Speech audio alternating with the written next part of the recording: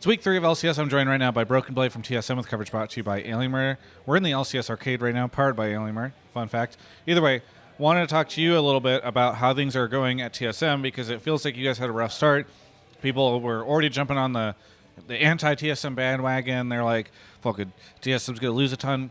And then it seems like everything's turning around now. How comfortable are you with the team's play? Right now, I'm a lot more comfortable than the first week because I think the first week we just had a wrong read on how to practice mid-game because I don't think we have actual practice mid-game at all. And after we realized, hey, we're actually really shit at mid-game, let's focus on mid-game. And I think it shows that we're getting better. Like, we're getting better flanks, getting better read on how to push side lanes and all this stuff. It's not more like the NARM kind of meme, for our team at least. I think we are definitely getting better, and it shows, so I'm pretty confident. I remember, I think it was last Monday, I interviewed Cobby right here, and he told me, he's like, I'm happy we could at least get one good game in this week. And it was because I think he looked at all 4 of the games you guys had played up until that point and only felt like one was good. How would you say this game fit into that? I think we have definitely played against a better team than we have played before, other than TL, obviously. But I think when we played TL, we were not that good on mid-game. But this game felt a bit better in terms of how to play the game. I think laning was weaker on my side. I think this was my worst game in terms of laning, but I think in terms of mid-game and macro, I think we played pretty good, and I think it's just going up from here. Why do you feel like you did so poorly? Because it's actually funny, right before this, just for fun, I was reading some of the online reception, and people felt as though the lane went very well for you. It only went well for me because of how Dignitas drafted. I think they drafted really badly. I think that is why they lost the game, honestly. They just had a triple AP topside, so I could rush Mercs. And I was really behind at one point. I was behind 2 levels and I think like around 2k gold, where the side lane should be winning. But because I had, I could buy so much MR items and Mercs, I was still beating Cannon on side, which made the game a lot easier. So they had literally no chance to win the game if you just played correctly and did no mistakes. And I think that's just how we won the game, just by a draft. What do you think has been changing over the course of these 3 weeks that is allowing you guys to really start to find yourselves?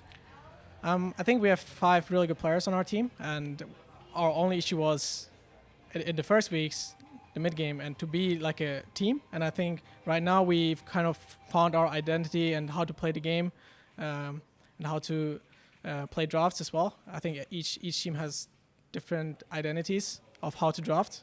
For example, the draft that we played might not work for other teams, but I think right now we're really comfortable with how we're drafting, and yeah, I mean, I don't know what else to say. I think we're getting really good, and I don't think that there are many more teams other than C9 right now that could like possibly fight for like the top spots. Right, obviously we haven't won every game like C9, but I think also C9 is right now probably the best team in the league, but I think we are probably going to be able to contest them at the end of the split. So right now it sounds like you're saying, you know, obviously you guys had the rough start, but in the form that you are in right now and the form that all these other teams are in, sounds like you were saying C9 and you think are the top 2 teams. I mean, I think once Broxah comes in as well, the TL will be a lot more dangerous, since I think Broxah just has a lot more experience and is just a better player than Sharefire. And they might not have a good spring split at TL, but I think in summer they will for sure be a strong contender. And yeah, I think right now it just looks very good for us. We are constantly getting better, and other teams are not looking to get better constantly. I think 100 Thieves is also getting better slowly, and I mean, I can't just list every team. I think every team is trying to get better, but I think we are right now racing to be the best. Well, if you're right, and Broxah coming in gives TL like what they need to make it up into that top 3, we would see C9, TSM, and TL top 3, which I've never heard of before. That sounds insane to me that those 3 teams would be the top 3 teams. No, I'm just kidding. But it is kind of funny to see history repeat itself again if your predictions end up correct. Hey, actually, speaking of C9. Last week I did an interview with Sven, who went on the record and kind of defended TSM and said he was kind of frustrated by the fact that everybody makes sometimes kind of lazy jokes. He's actually on the screen right now. Oblie's interviewing him. But he kind of said, you know, like a lot of people like to make fun of TSM or kick them whenever they're down. And he was like, it's one thing whenever the team owners are bantering. It's another thing when people are just making these lazy jokes. I don't know if you saw that interview. Maybe you don't watch my content. But I'm curious what your thoughts are on sort of his defense of the org. I think even when he was on TSM, he literally just hated when people did that, and I don't like it too. But it's just part of the, like, it's just a business, The more fans a team has, the more haters they have as well. And I think the more, when you're playing on these teams, TL, C9, and TSM, you just have to be able to handle it, because that's just how this business works. It's not only in esports. I think it's in every sports that people get trash talked, and people try to defend their teams and all this stuff. But I don't personally mind, because I think that's kind of what makes sports like a competition as well. The fans are fighting against each other as well, which is sometimes nice to see. Obviously, it's not that great if your team is like losing a lot, like TL right now. I'm pretty sure there's a lot of fans that are not that happy. There were also a lot of fans that were not happy when we lost the first week, but we're all just human beings as well, and we all just try our best here. In the end, it's a business, and you win games, you lose games. That's just how it works. Well, I remember I interviewed you and Dardoch at the beginning of the split, and so we talked a little bit about how you and him were getting along and all that stuff. I think I'm trying to remember the names that you guys had again for each other. Remind me. We had, for me, it was straight beefy mode, and he was the CEO of Vibes. Yes, okay, that's right.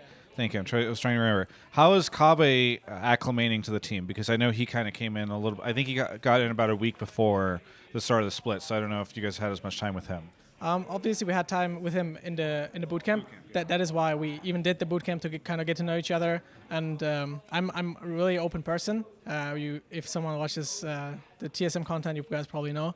And I think he kind of opened up to me first, because I just try to talk to everyone in the team. I'm trying to annoy people in the team, and I think he's pretty comfortable right now. He's still obviously a more shy guy, just like Vincent. They're pretty similar when it comes to how they speak, how they just act. So I think they are a really good fit, and yeah, I think he's doing really good. How do you annoy Vincent and Cobby? I mean, sometimes I just scream their names for fun, and it's just I can see them getting annoyed, but I think it's fun, and I just keep on doing it. I mean, I think what's fun is like Vincent is so calm and so serious that I'm just excited to hear that you decide you want to mess with him. Yeah, I mean, I love to mess with people, even if it's not. I mean, obviously it's better if I mess with people that are on my team that I know very well, that are my friends as well.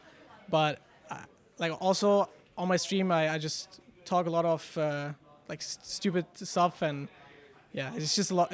I just enjoy it, Well, that's that EU banter, right? I feel like that's like a thing. You're bringing in the toxicity from Europe. I think I can be toxic, but not in like a team environment. Sure. I think in like solo queue I can be toxic, but that's just how I grew up playing the game. Because it's EU, EU tends to be more toxic, but I mean it's not like it kind of affects my team or something. So. Well, and we're more passive aggressive, I hear, in our solo queue. Yeah. Is there anything you want to say to the TSM fans out there?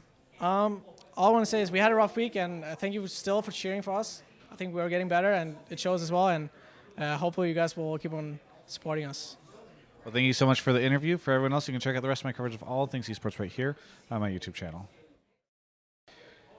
Thanks so much for watching that interview. I am right now in the LCS arcade. There's a ton of people behind me playing on these Alienware computers because this whole arcade is powered by Alienware, much like my content is powered by Alienware. And guess what? You can be powered by Alienware because they're giving away a monitor and a desktop, the same setup that they play on at the LCS, right here in my description. There's a link to alienware.com/Travis. You can sign up right there. That page has some information for you. The other thing is that LCS 10 off will also allow you to get 10% off. Parth is on the other side of this window. Let's get a shot of, oh, he's leaving. Either way, you can get 10% off, LCS 10 off. Sorry that we missed Parth, but he was trolling.